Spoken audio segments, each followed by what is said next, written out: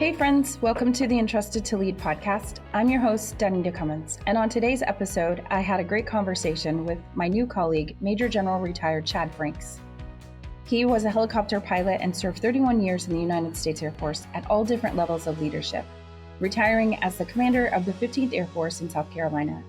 Today on the show, he and I talk about his book that he wrote with a few of his friends called Leadership at 100 Feet, Growing Leaders in High Performance Teams. So I hope you enjoy this great conversation with Major General Franks. Let's get started.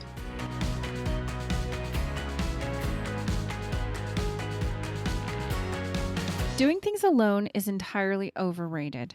We all need a community to thrive. And that's why I'm part of an online community of writers and speakers, podcasters, and entrepreneurs called Creatives. And I love it. In the years since I joined this community, I've launched new ideas, and I finally executed the dreams that sat on the shelf for years. Seriously.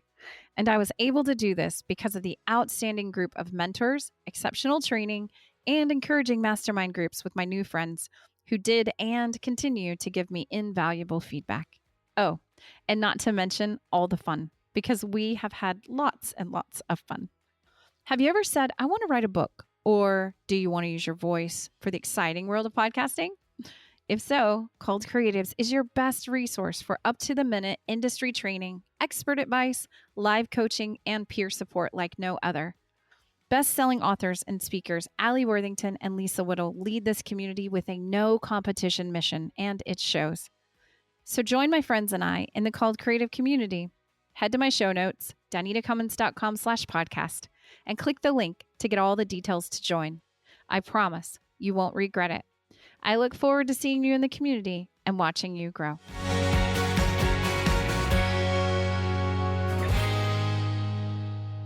Welcome to the podcast. I am your host, Danita Cummins, and on this episode, I'm joined by Major General retired Chad Franks, who is my new colleague, and we work together in some consulting business and small business consulting corporation that we're working together in. And I invited Chad to come on the show today and talk about his military career and his passion for leadership. So thanks for joining me today. Thanks for having me, Danita. Happy to be here.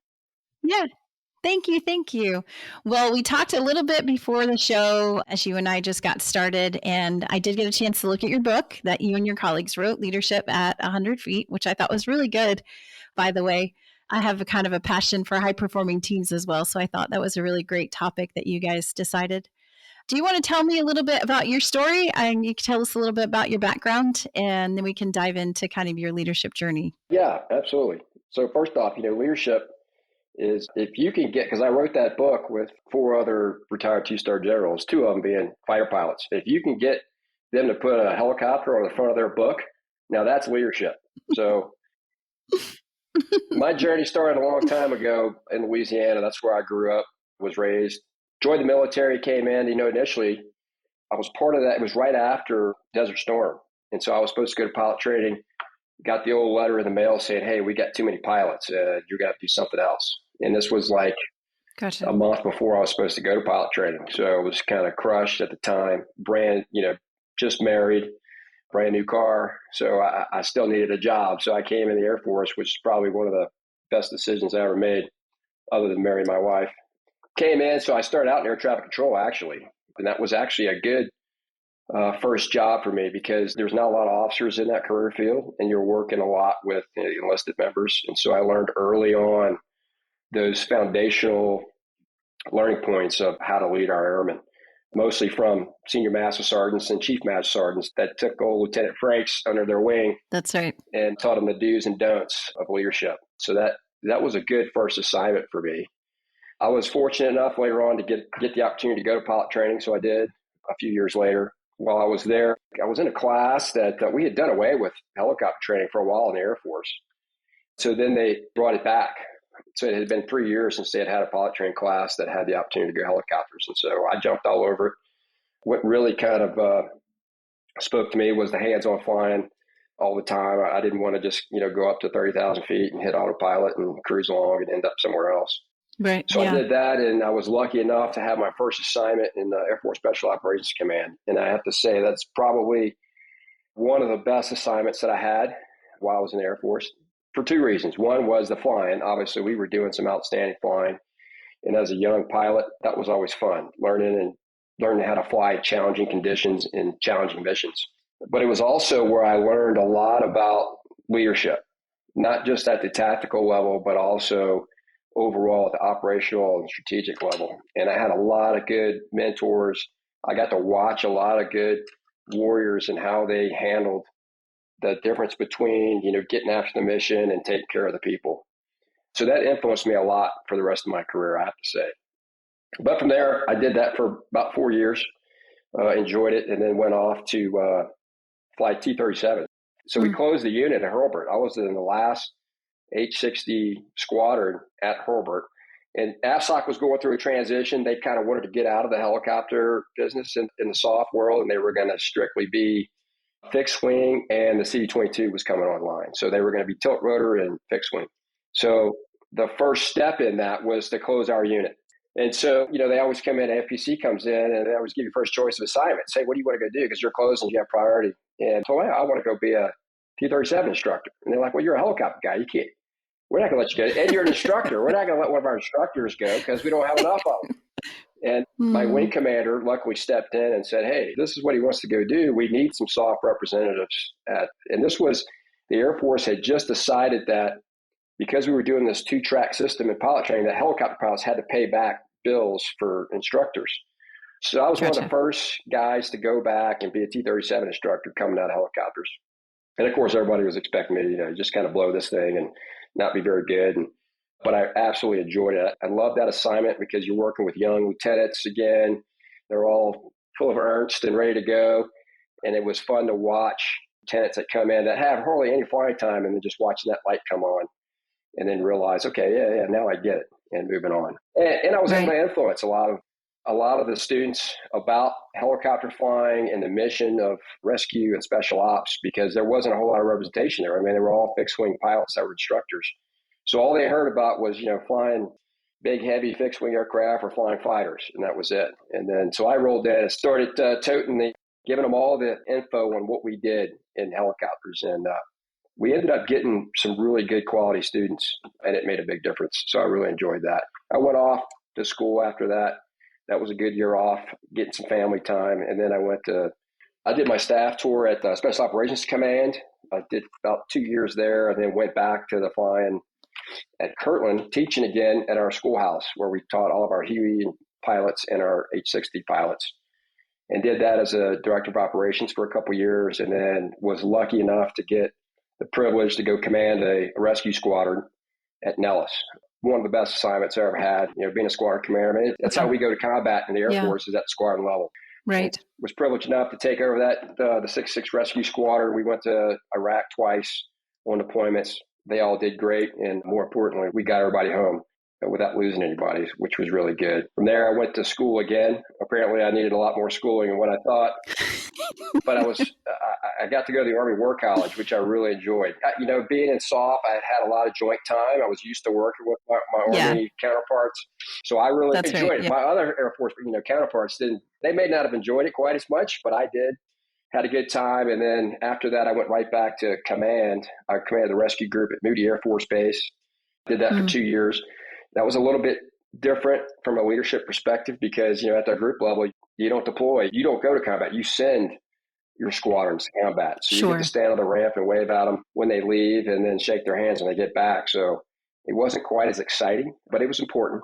And then from there, I went and did a 1-year deployment following that to the KAOC out in Qatar. Joe Goldfiend was the CFAC at the time. He was the Combined Forces Air Component Commander. And I went out there to be his chief of staff. I had never even been to the KAOC, so it was brand new to me. I wasn't sure what he was thinking. When he brought me out there, I was the first helicopter pilot to do that job. And it was a fascinating year. I learned so much from that process, that operational level of war, but mostly from him as a leader trying to lead such a huge organization that's in combat across multiple countries. And he was gracious enough to include me in all of his meetings and all of his emails, all of his correspondence. And so that was probably worth a lot more than a whole year of professional military education that I could have got at another school. So I did that for a year and then came back, and I was lucky enough to go right back to Moody and be the wing commander. It was probably the best job I ever had in the Air Force. I thought squadron commander would have been, but wing Really? command was, Yeah. because you have so much influence across, so many more people. Mm. And I really enjoyed it. Had a good time in those couple of years there. Following that, unfortunately, I had to go to the Pentagon. It was my first Pentagon tour for a year. And I went back to work for Joe Goldfiend. So he goes up to be the Vice Chief of Staff of the Air Force. And so he pulls me back up there to be his exec. And again, another year of very intense work, but very rewarding from a leadership perspective and how much I learned from him again.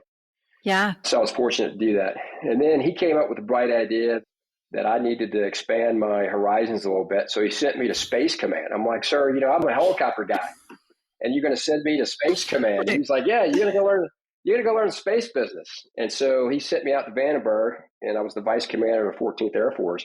Fascinating year. I mean, because I knew nothing about the space mission.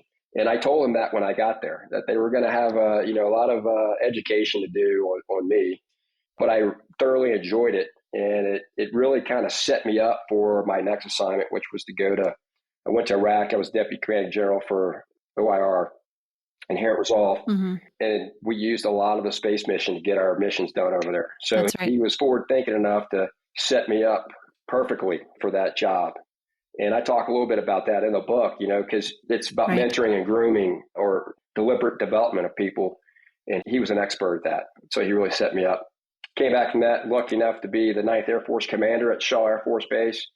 And at the time, we were kind of trying to stand up a joint task force capability in the Air Force. So that's why the chief sent me there. We made a lot of headways, but there was a lot of headwinds too to that concept in the Air Force because of manpower and resources. We eventually merged 12th Air Force. They had about 5 wings. We had about 9. We merged them together and became 15th Air Force. So my last year, I had basically all the combat wings and Air Combat Command was underneath 15th Air Force, making sure that they were organized, trained, equipped to go out and do the mission. Great assignment. I thoroughly enjoyed it. And then like everybody in the Air Force, in the military, we got to a point where we said, hey, we might want to go out in command in a leadership position. And after 30 years, we decided that was probably a good time to call it good.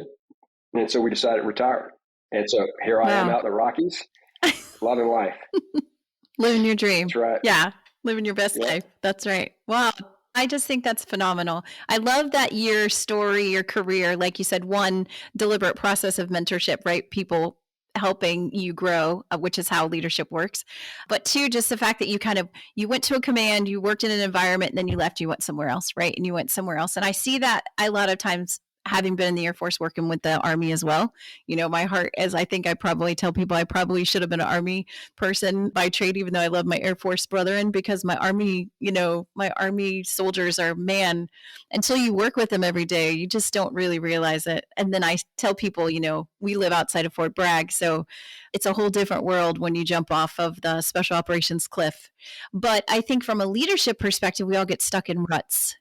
So the culture of the organization, our biases, all that stuff, it just kind of, if you're not careful, it becomes a part of you. And it really, I think to an extent, sometimes I look at those leaders or the people that stayed in one place for so long and they really got stagnant. And that's what I was just thinking as you're talking about all of these things. You were here and then you were uprooted and you went somewhere else, which had to have been really hard for you personally and professionally, challenged you. But it also grew you and it kind of like made you stay agile. So yeah, and what you talk about, Danita, is people like to be comfortable. And so they like to stay where their comfort zone is. And that's why you see a lot of leaders, and I caution them against this, is like even when they do move, they'll move to a new job, they'll bring the same people with them, to that new job. And I caution them that that's a danger, because then you get in a group think, you're all thinking the same, and you get into a rut and nothing new or refreshing comes out of it. I'm the same as you. I felt more comfortable around Army personnel than I did Air Force personnel because I spent more time with them. Yeah. But when you bring a diverse group like that together, people don't all think the same because we come from different backgrounds. The Army, I love my Army brothers and sisters, but they have a way that they think. They think from a ground perspective, and we think from an air perspective. And that's what you want around the table, is you want that diversity of thought that says, well, hey, I get it. You want to go take the hill, but maybe we don't have to take the hill. Maybe we can go over. And then we can argue back and forth, and the commander can sit there and say, well, you know what? I like a little bit of that. I like a little bit of that. So here's what we're going to do. So I think there's Yeah. goodness in that. I agree too. And I think I interviewed on a different podcast episode 2 authors who wrote a book about psychological safety. And they have a book, it's the Psychological Safety Playbook. And that was very much a similar conversation, like as leaders trying to create that environment where we talk a lot about it, right? But actually being intentional about creating an environment where people have a voice and they feel comfortable and safe enough to speak up and share, right, their opposing viewpoint, and do it in a way that's respectful. Again, Yeah. right? That's important. And I've heard leaders, and maybe I'd like your perspective on that. Like sometimes there's a perspective, it's like not loyal, right? We hear that a lot, like loyalty, don't challenge the leader. But I think that's not a healthy organization. So what do you think about that? Yeah, I agree. And it's always a challenge for a leader, especially when you go into a new organization, because, like we're used to it because we change every 2 years, just about, as commanders. Right. And so what you need is you got to foster that, because I want that debate. I used to get all over my staff if we weren't debating. I would tell them, okay, so you all agree with me because I'm a genius. And they all knew that wasn't true. So I would always tell them that, hey, we're going to have a discussion and we're going to argue about it. And I don't care, bring your perspective. Now, you got to be clear that now I've made a decision. Now we're all going to move out. We're not going to debate it afterwards. This is your opportunity to come forward and debate. And I could always tell, I could watch the table and could tell that if they were just trying to go along with, because they all knew, well, the boss really wants to do this. And I would look for those 1 or 2 people that I could see it on their face that they didn't quite agree. And I would just call them, hey, so you think this is a great idea? And then eventually they'd be like, well, actually, I don't think it's a great idea. And here's why. And that would spark some more debate and maybe we rethink about it. But I was always clear to them about, okay, hey, we're still in the discussion phase. We haven't decided yet, so that they knew we're okay to debate and to tell the boss what we really think. But I was also clear with them, That's hey, right. Now we've decided this is the decision that we've all come to, whether you agree with it or not. And now we got to move out. And now we got to go execute. And I think they appreciated that because they kind of knew where the boundaries were at that point. That's what I was just thinking. You almost set a boxing ring in the middle of the conference room, right? But like, this is a safe space. We can go toe to toe, but once we leave the ring, yeah. And I think as leaders, you need to create that space, and just from an emotional perspective too, because we don't really, we don't talk about emotions at work a lot. That's like vulnerability and all these things. We just don't, especially not in the military, because we're strong and, we're warriors and all these things. In my experience, those have been the things too, of just putting that around the room and saying, it's all right. It's going to get a little messy. That means that, we're probably going to go through some stuff, but at the end of it, we accept it, right? One team, one fight. Yeah. We're going to walk out of this conference room and we're going to accept that everyone has laid their stuff on the table. Nobody gets to walk out and be like, blah, blah, blah, blah, blah, yeah. The meeting after the meeting, because I'm the leader and you don't let me drive us off the cliff. Like, that's what I would tell them. Yeah. So, I always had a chief of staff. And if I ever had the chief of staff would walk in like after a meeting and would say, hey, sir, I was talking to so-and-so after the meeting and, they had a different, that was a warning sign to me that, well, so we're not comfortable enough for people to bring things up in the meeting. So I knew I took that as feedback that, okay, we've got to set a better culture in our meetings so that people are comfortable. They don't have to do it after the meeting. I want them to do it during the meeting so they can bring it up. And so I think leaders need to be aware of their surroundings and take that feedback, and don't take it as a negative. Just take it as, hey, we just got to work a little bit harder on making sure that everybody feels comfortable enough to challenge the commander or the leader on an idea or a direction that we're going. Yeah, I agree too. And did you find as a leader because you talked about, you moved from one place to another place and you were always like, I've never done this before. I've never done this before. And did you find that internally you had to work through that too? Like just your internal insecurities and stuff? Was that maybe, I say conscious, like a kind of a known thing as you went to the next one and you were kind of like, okay, I personally feel insecure, or I personally feel like I don't know. Let me make sure that I'm creating a space where my team can give me feedback and be open to it. Yeah. And I was very open. I'm a very direct person. And I tell everybody, I have to tell people that, like when I come into an organization, because I'm a very direct person. I don't pull any punches or whatnot. So my bosses they kept putting me in uncomfortable job, especially as you get higher up, because you're going to get to a Yeah. point where you're leading, where you're not an expert in the area. And, when I was a squadron commander, I was the expert. I mean, I knew how to fly the Mm, H-60, and I knew the mission, and I knew all that. right. So I felt very, very comfortable as a squadron commander. Once you become a wing Yeah. commander in the Air Force, now you're kind of like the mayor, and you got to be able to do construction and Mm, run the base and get the mission done. And there's a lot of areas in there that I'm not the expert anymore. So now you have to try to be the expert on decision making and how do you take those inputs. But I was always upfront with them, and I would tell people immediately, "Hey, I have no idea what y'all are talking about." When I went to 14th Air right. Force, we would have a meeting, and they would be talking about stuff, absolutely no idea what they were talking about. I mean, we're talking about orbital mechanics and all this kind of stuff, and I'm like, "Hey, Right. I'm just a helicopter guy." So somebody's got to stay afterwards and explain to me what we just talked about so that I can be informed. And so they all kind of knew right away, because I didn't have a problem with people knowing that, hey, I'm not even close to being an expert in this area. I was going to help be the decision maker, but I needed their input. So they kind of knew that. I think they appreciated that. And they kind of went out of their way, because then they would start making fun of me and going, "Hey, sir, for you, let me explain what this means." Here are the boxes. Yeah. Yeah. So the meetings had to go longer, but it was good. I think you just got to be open, and there's nothing wrong. A lot of leaders want their followers to think that they know everything. That's right. I don't subscribe to that. I mean, they're going to find out, first of all, that you don't know everything. So they can either do Yeah. it on their own, or you can tell them, "Hey, I'm not an expert in this area. I'm not sure. I want your opinions in order for me to make a decision." I think being upfront makes all your followers a lot more comfortable with giving Yeah. opinions and giving information. I think it does too. And I also think the other side of that is when you as a leader can be vulnerable enough to say, I don't have all the answers, right? And you let your guard down, it gives them the right to turn around and say to you, I don't either, right? Right. Like when something goes wrong or when something they don't know, and I say leadership is like parenting all the time. There's so many similarities, but it's like if your kids made a mistake at school or did something stupid or dunked the car or whatever, in the ditch, if they don't feel safe enough to come to you and be like, hey, mom, dad, I broke this thing. Can you help me fix it? Then, they slide it under their bed or whatever. And I feel like that's how organizations are. And that really is a direct, I think, correlation to just the leader establishing the safety to say, again, I don't have all the answers and I'm going to do the best I can. I trust you, Yeah. but it's okay that you don't have all the answers too, Yeah, that's a great point. talk to me about it, right? Like, Right. I think that's that trust, right? That's what you're talking about fundamentally, I think. Yeah. The trust. Yeah. And that's one of the things that, that I learned from my dad a long time ago was he used to always say, "Hey, surround yourself with people a lot smarter than you," Yeah. which is easy for me.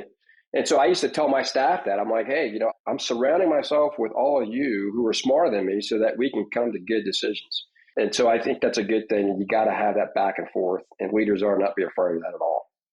I agree too. And I think those values, you did write about that in the book I read, about your father and his impact on your life. And you took some of those traits, I think, like you say, the character or traits that you witnessed growing up, like the way your father was, and then applied that to your leadership philosophy. Do you think that was something that you going into the military young, like graduating from college and going in, do you think that those were things that you knew consciously going in really early? Like, these are the values I'm taking with me. Or do you think that just as you got older and you started to see those patterns with your, background and how that started to become a part of who you were as a leader? Yeah, I think I was a typical son that I wouldn't acknowledge anything that my dad said was being, "Oh, that was awesome" back in the day, Yeah. until I Yeah. saw it, in other people that I Mm, respected. Then I started to see as a young lieutenant and captain, I'm like, that's the same thing that my dad used to say all the time. And this is kind of what he would, and then I would go back and tell him, "Hey, my squad commander said this, and he's like, "Yeah, I told you that for years. Remember that?" And I'd be like, "Yeah, yeah, yeah, I do remember that." So I think it was a subconscious kind of thing. And then, yeah. like you said, as you get older and you get a little bit wiser, you go, "Yeah, the old man was spot on." And then I started to go back and think through all those things that he told me. And I used a lot of what he taught me. He was enlisted in the Army a long time ago, but he spent most of his time in the business world.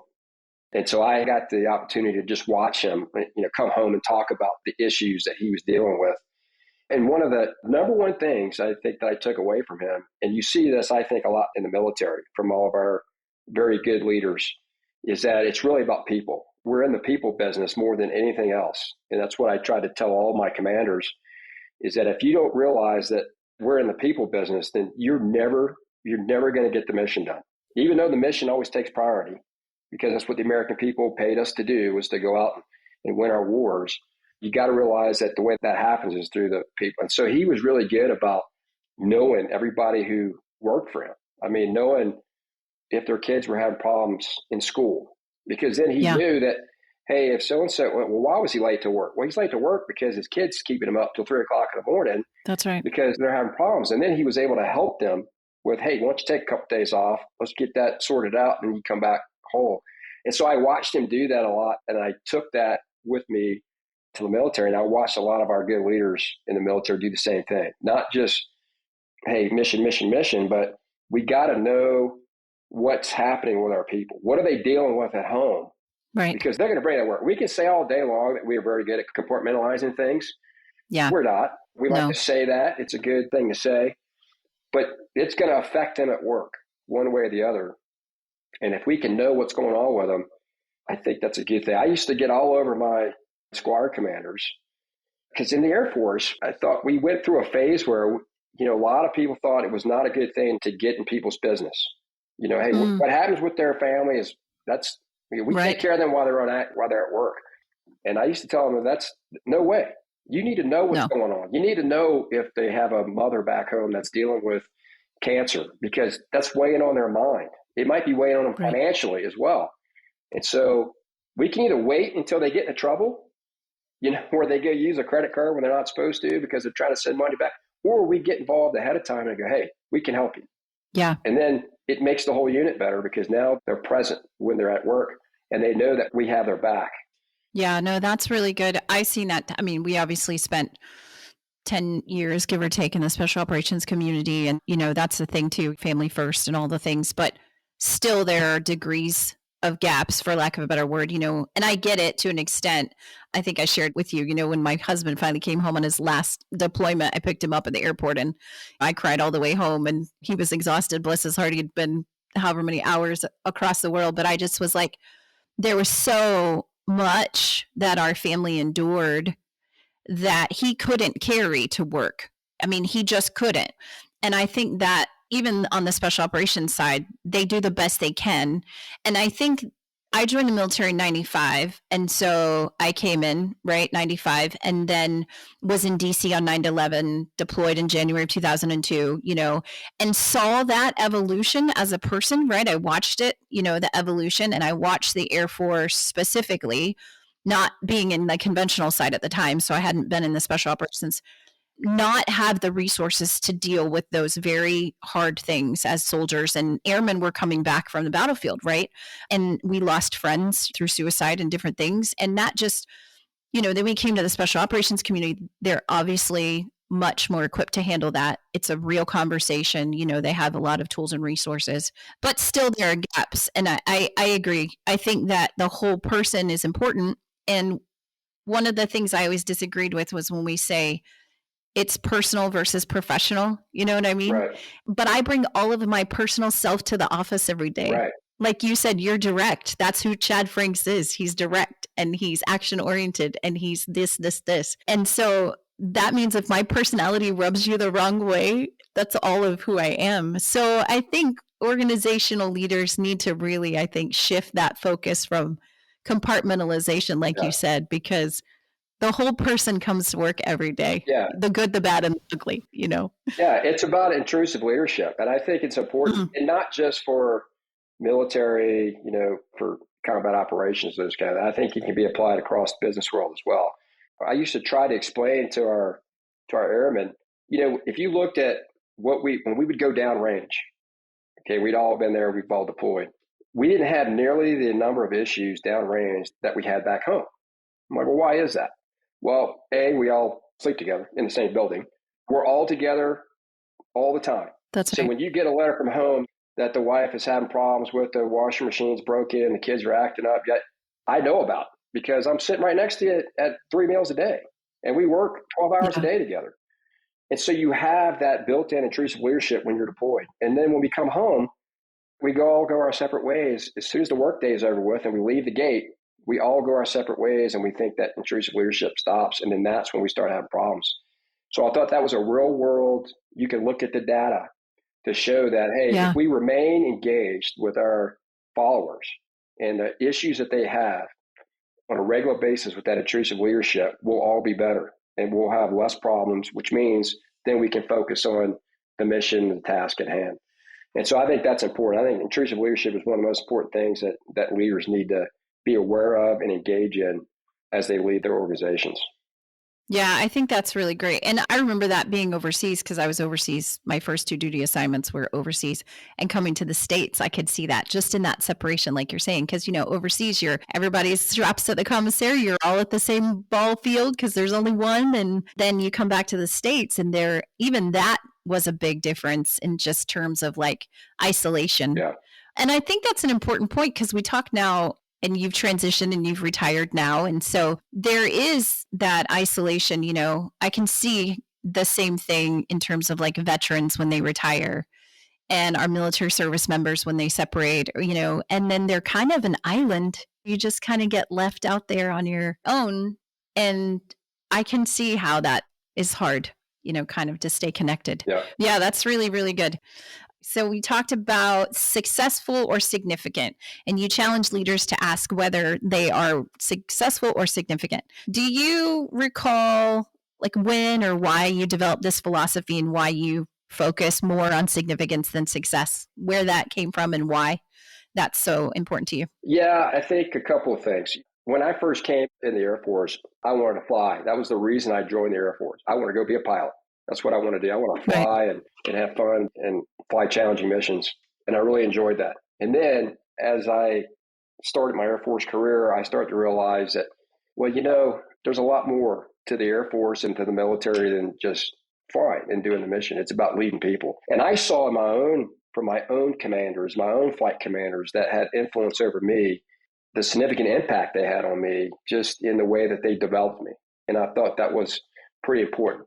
I got the significant versus success. I have to give credit to Coach Lou Holtz. And I read his book, and he talks about that. He talks about the difference between being significant and being successful. He says you see it in coaching, you see it in business, you see it in teachers who lead, and that the main difference is that because we all want to be successful. I mean, that's what, we're always moving forward trying to be successful.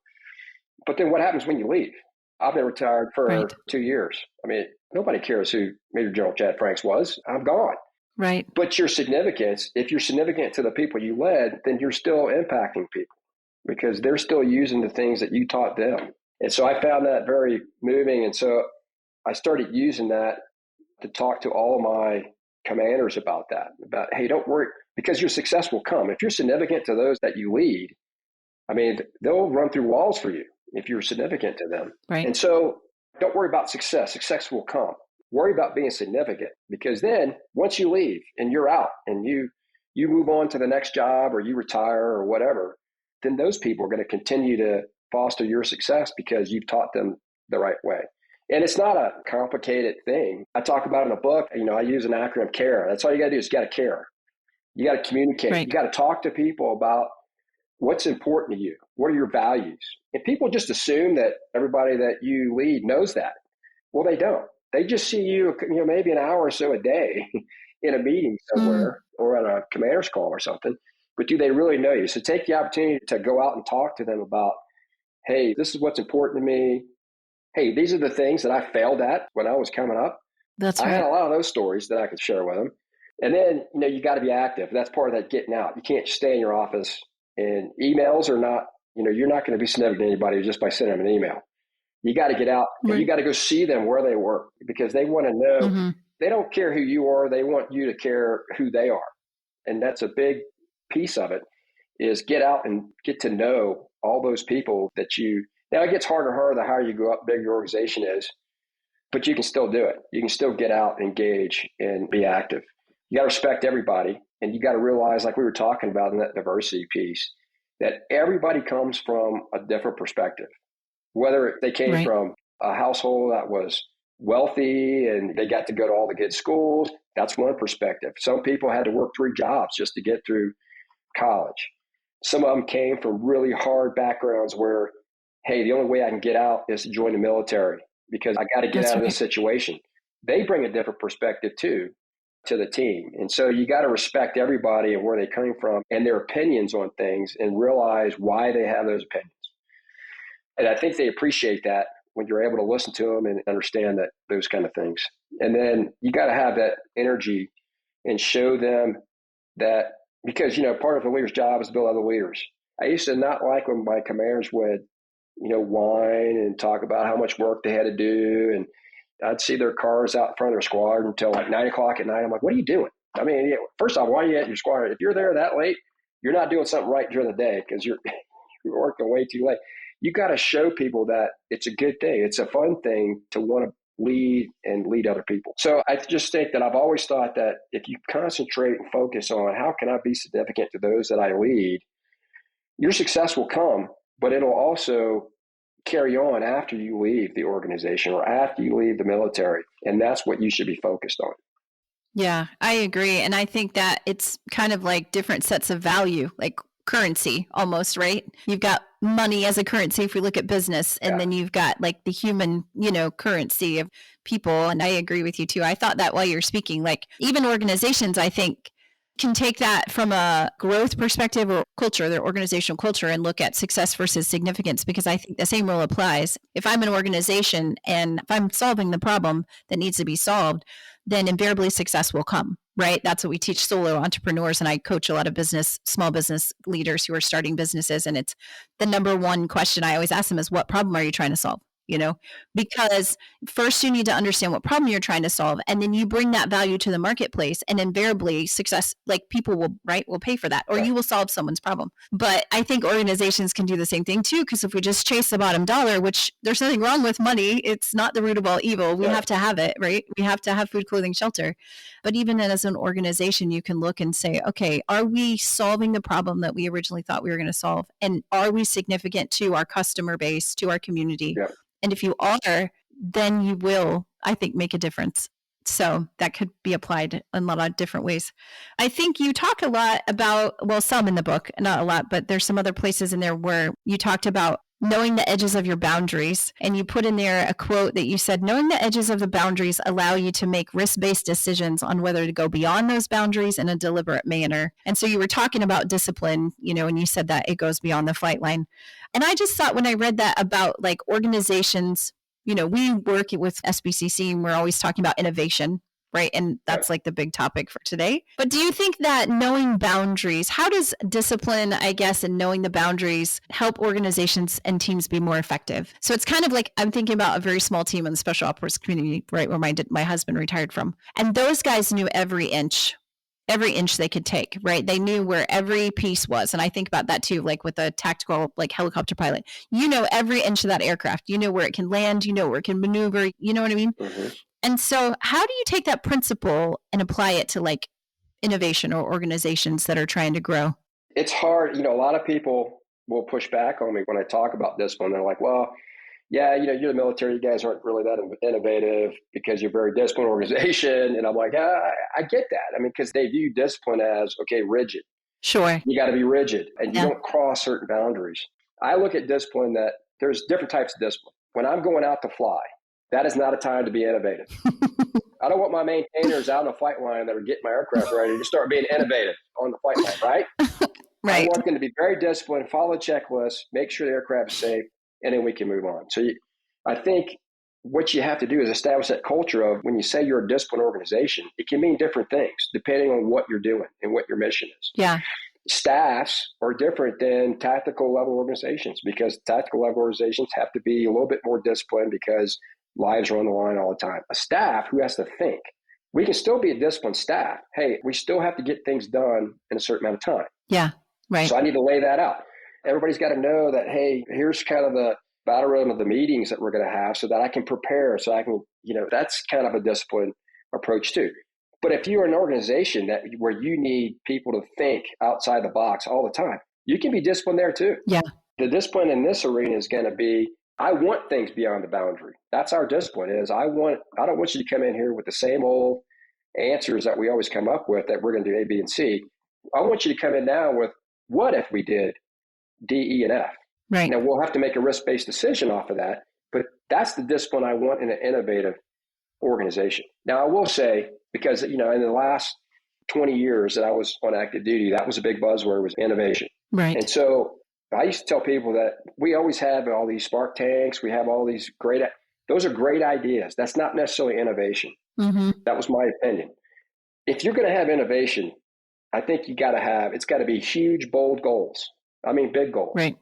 You got to have a situation where you have limited time, limited budget. Those are the kind of things that are really innovative. If you have unlimited resources and you can take all the time you want, you're not really innovating. You're just solving problems. That's right. I think there's a difference between the two. And sometimes we use innovation a little bit too much. And I used to tell my staff that. I'm like, hey, if you're going to call this innovation, are we really just solving a problem here? Which I'm fine with. But if we're going to innovate, then it's got to be bold. We got to go to the next level. Disruptive. Yeah, disruptive. I want you to think differently. I want it to be where people are going to look at you and go, what? You want to do what? And then let's work through it and see if we can make that huge leap instead of just a small incremental change. You don't want to just nudge. Nudge is solving problems. Being innovative is taking a huge leap, bold goals, and not having a lot of resources. And this is how we get after this. So I think there's a difference. But when it comes to discipline, you still got to add that discipline in there. Even when you come up with an innovative idea, you got to be able to step, as a discipline organization, will step back and go, okay, now before we go do this, what's the risk we're taking? What's the upside? What's the downside? And then it's up to the leaders to decide whether or not that risk is acceptable or not. And then we'll move forward. Yeah, I think you're right. And I was thinking it goes back to when we started with psychological safety, right? And again, it's creating that culture and environment. I agree with you. I think innovation is not technology. It's so much more, right? It's everything. It's how we think. It's our processes, our culture. It's like everything. And I think you have to be, like you said, really brave enough to say, okay, if we're going to do that, then we're going to do it. And I feel like sometimes as in organizational challenges or whatever I've seen over the years, you'll have one person who does have a great passion for some innovation idea, like you're saying, and then they bring that to the table, but the organization isn't really ready, or it's not really, the culture doesn't really allow for that. And so those people kind of get voted off the island after a while, and you'll see them kind of be like, oh, they're a disruptive thinker, and then they don't get invited to some of the meetings. So I think that's a great point. Yeah, and to your last point about the individuals who are those kind of disruptive thinkers, I think leaders have to make sure that they deliberately put their arms around those people in front of everybody else to say, hey, we're not going down that road yet because, A, the organization's not ready. Hey, it's a little bit too much risk. But I really appreciate the thought process that you put into it, and I need you to continue to do stuff like that. Yeah. Even though we're not going with your idea, I need you to continue to do that kind of stuff. And I think if you got to do that in front of the rest of your followers so that they know that they don't get voted off the island.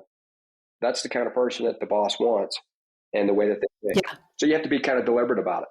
That's good. I think that's really good. That's a good point too, because I have seen that in different organizations. And I've seen some organizations who they did that. You're right. It's like, bring in a new idea and say, hey, we're going to go after this thing. And they've tested it and they've worked it and they've gotten some stuff. They've tested it out a bit, again, in the special ops community. But when it's time to commit, when they come in, I mean, it was a whole organizational change.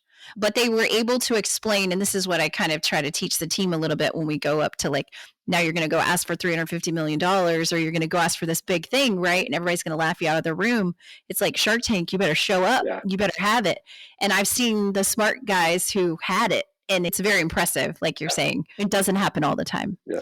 But no, that's really great. So in this new season, what are you doing now? We talked a little bit about this before. What's your new chapter of retirement look like for you and kind of what the next season is for you? I'm doing some part-time consulting. Me and you work, with SBCC, and there's the group, Two Blue Aces is a group of retired two-stars that we wrote the book Leadership at 100 Feet with. So I do a little bit of consulting with them. We do leadership training. We give talks on leadership, those kind of things. We also work with, in the defense community because that's what our expertise is in. So we do a little bit of that.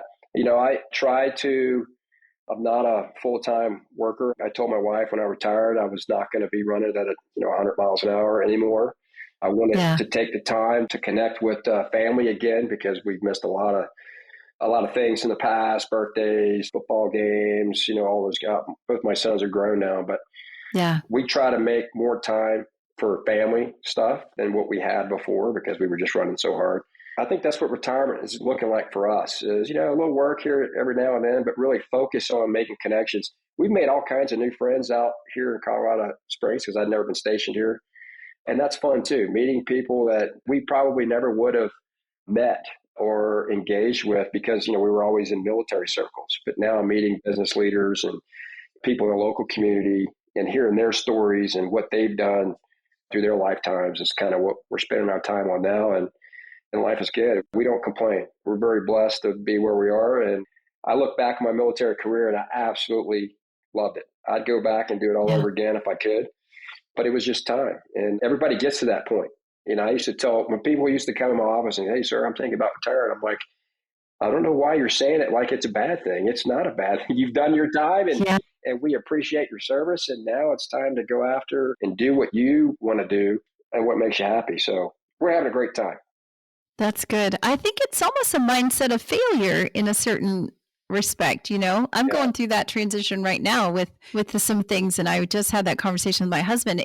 And I do mentor a lot of transitioning veterans through Veterati. So I don't know if you're familiar with that, but I'm a mentor in Veterati. So I'll talk to transitioning military as they're getting started on the next chapter. And I tell them this is the first time probably in 20 years where you get to go and do almost whatever you want to do. You know what I mean? And sometimes you don't even know because you've been so focused on the mission and so focused on the military for so long that you didn't even let your heart dream yet, So just give yourself a chance to dream because you have no idea. I think it was like authors and great artists don't even start until their 60s and 70s. We have classic works that weren't written until like the last chapter of someone's life. So who knows what you can bring to the world. Yeah, I think a lot of it is that purpose. When you're in the military, you have that connectedness. You're part of, it's like being part of a gang. You all have that purpose, that, the mission of defending the nation. And when you retire, you have the memories, but you lose a little bit of that purpose because you're not waking up every day with that purpose. So you got to go find, so what is my purpose now? And I think it takes a while. It takes a while for everybody. Just like when you're growing, when I was young, it took me a while to figure out what was I going to do.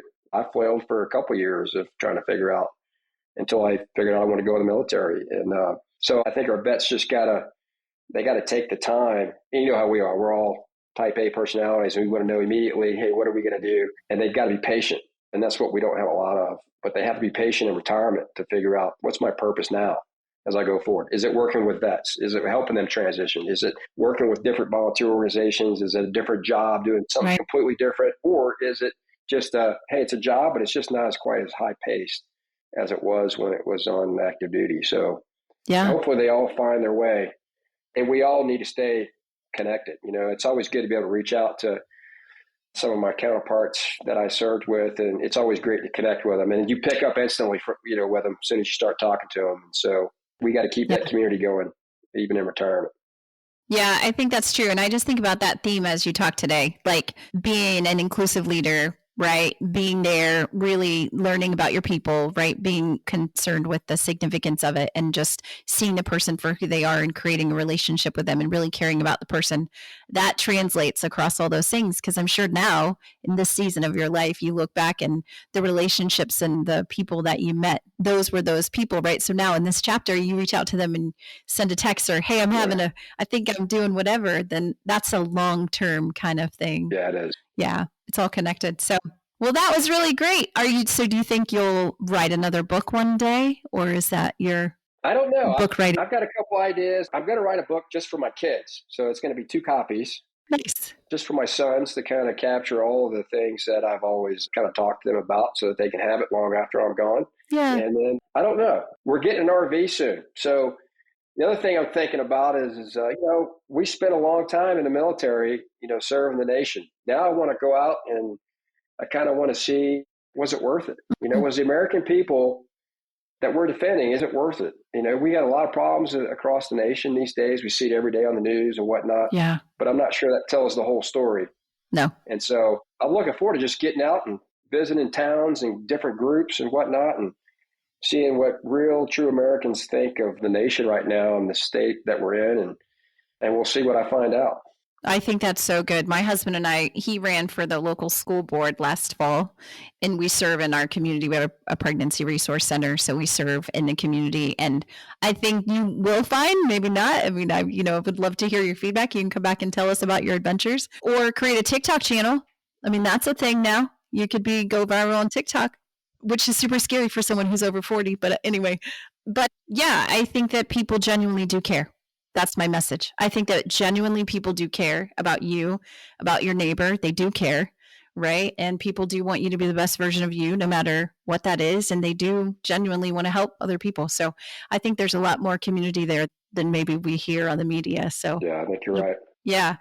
And I think your memoir idea is really great because it's a legacy that I think that's important too. As my father's gone and people are passing on in my life, I value handwritten letters.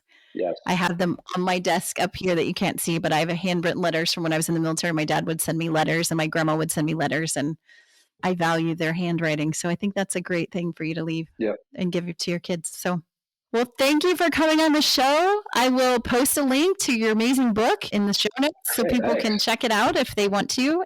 And thank you so much for joining me today. It was a huge blessing. Thank you.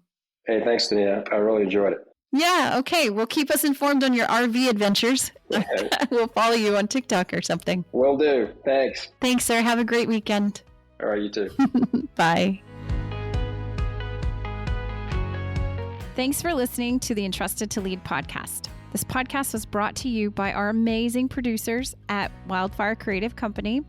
So if you enjoyed today's episode, please hop over to iTunes or Spotify, subscribe, rate it, and leave a review. It's very much appreciated. And make sure you come back. We'll talk more about the essence and elements of leadership on the first and third Thursday of every month. If you enjoyed today's show, you can head over to danitacummins.com/podcast and gain access to additional free resources. But make sure you subscribe to our newsletter so you can stay up to date on the latest shows. Have an amazing day. Talk to you soon.